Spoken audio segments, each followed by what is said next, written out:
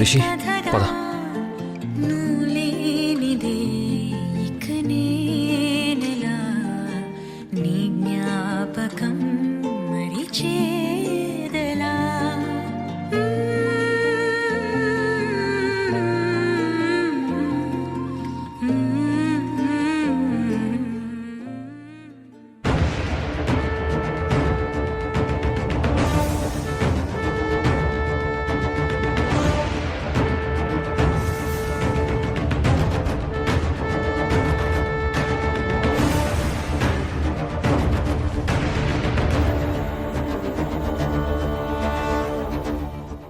నాన్న భలే ఎంజాయ్ చేశాం కదా. అవును రిషి, నాకు చాలా హ్యాపీగా ఉంది.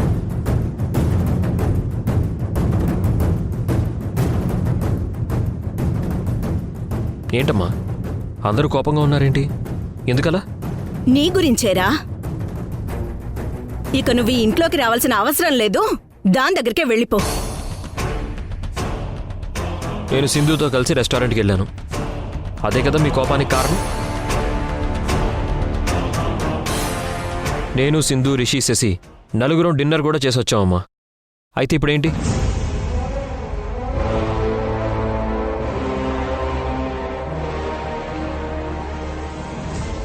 పిల్లల కోసమే సింధుని కలిశానమ్మా, అది తప్ప? ఏ నీ మనవాడిని మనవరాలని చూడడానికి నువ్వు ఎన్నిసార్లు సింధు ఇంటికి వెళ్ళలేదమ్మా? నువ్వు చేస్తే కరెక్ట్, నేను చేస్తే తప్ప? రేపు శశికి టాలెంట్ హంట్ ఎగ్జామ్ ఉంది. శశి ఏమో బాగా ఒత్తిడికి లోనవుతుంది, ఎక్కువగా స్ట్రెస్ ఫీల్ అయితే రేపు ఎగ్జామ్ సరిగ్గా రాయలేదు. సరదాగా ఎక్కడికైనా బయటికి తీసుకెళ్ళి కాసేపు అలా కాలక్షేపం చేస్తే శశికి ఒత్తిడి తగ్గి హ్యాపీగా ఉంటుందని సింధు ఫోన్ చేసి చెప్తే కేవలం శశి స్ట్రెస్ తగ్గించాలని సింధుని కలిశానే తప్ప నేను సింధుని కలవడానికి వెళ్ళలేదమ్మా. సరేరా, శశి కోసం వెళ్ళాను అంటున్నావు కాబట్టి వదిలేస్తున్నాను. మరి నీ కంపెనీ మూసేస్తానని చెప్పి మూసేయకుండా మళ్ళీ ఆ సునందతో ఎందుకు కలిశావు?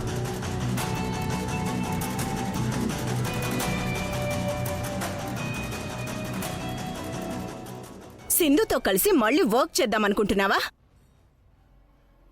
ఈ విషయంలో ఎవరు ఒత్తిడి ఫీల్ అవుతున్నారు? అమ్మా శశి, రిషి రేపు ఎగ్జామ్ ఉంది కదా, నువ్వు వెళ్ళి చదువుకో, వెళ్ళు.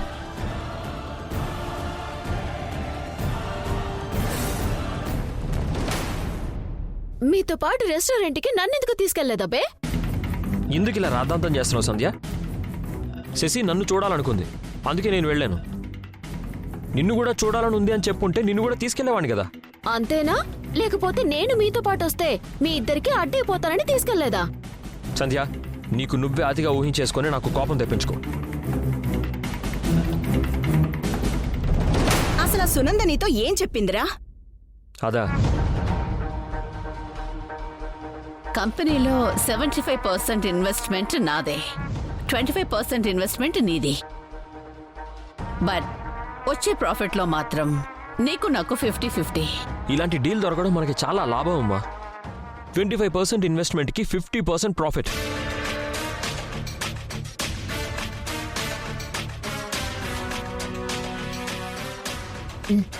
ఆటకు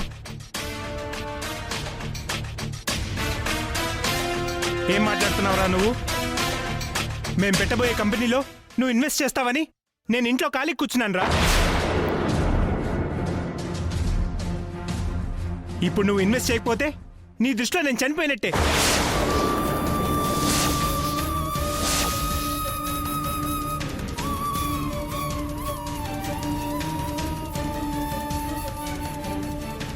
ఇక ఇంట్లో ఉండాల్సిన అవసరం లేదు.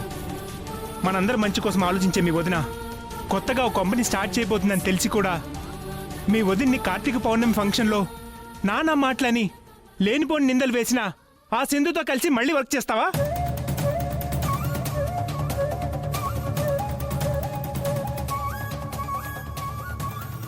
ఏమిటి మీ తమ్ముణ్ణి పట్టుకొని ఏంటండి ఆ మాటలు?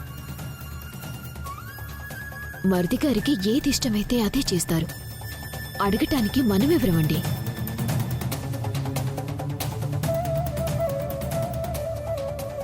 నిజమే మధు, అన్న గౌరవం వాళ్ళలో ఉందనుకున్నాను, లేదని ఇప్పుడు తేలిపోయింది. మనం ఇక్కడ ఉండడం వేస్ట్. పద వెళ్ళిపోదాం. రే తేజ, ఆగరా. ఎక్కడికి రా మీరు పోయేది? హ, ఆగరా. చూడు రయేష్, నీకిదే చెప్తున్నాను. నువ్వు సింధుతో కలిసి పనిచేయడానికి వీల్లేదు. చేశావో నా శవాన్ని కళ్ళారా చూస్తావు.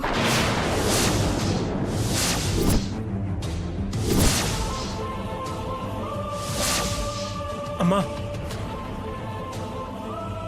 మా ఏంటమ్మా మాటలు?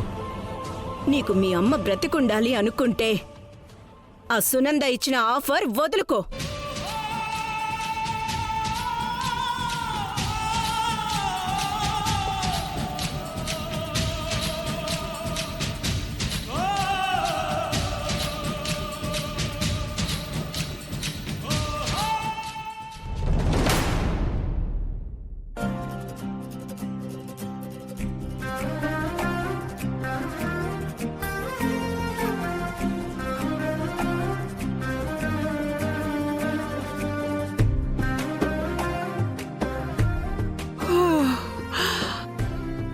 ఏంటి సింధు, ఇవాళ త్వరగా రెడీ అయిపోయావు?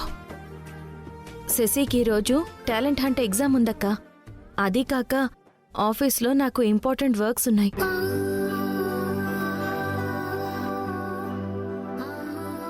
అందుకే శశిని త్వరగా స్కూల్ దగ్గర దించేసి నేను ఆఫీస్కి వెళ్దామని రెడీ అయ్యాను. నువ్వు త్వరగా రెడీ అయ్యావు, ఓకే. మరి నీ కూతురు రెడీ అవ్వద్దు? ఆ, శశి ఇంకా రెడీ అవ్వలేదా? లేదు, రూమ్లో చదువుకుంటుంది. ఆ, అవునా?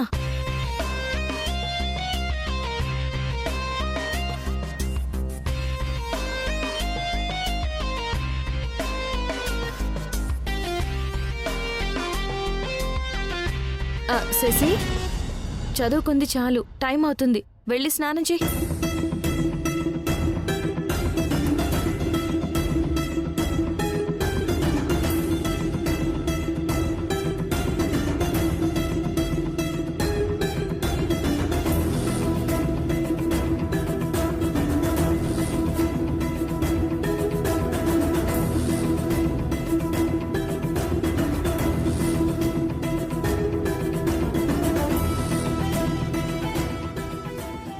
ఇదేంటి సింధు ఈ డ్రెస్ తీసింది?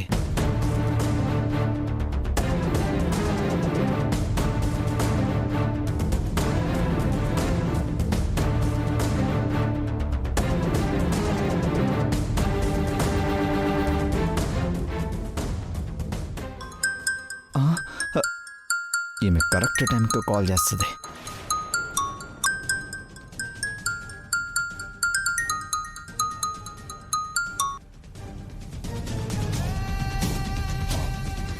మధు గారు? ఏం లాయర్ గారు, సింధు శశి ఎగ్జామ్కి బయలుదేరారా? రెడీ అవుతున్నారు. నేను చెప్పినట్టే అక్కడ జరుగుతుంది కదా?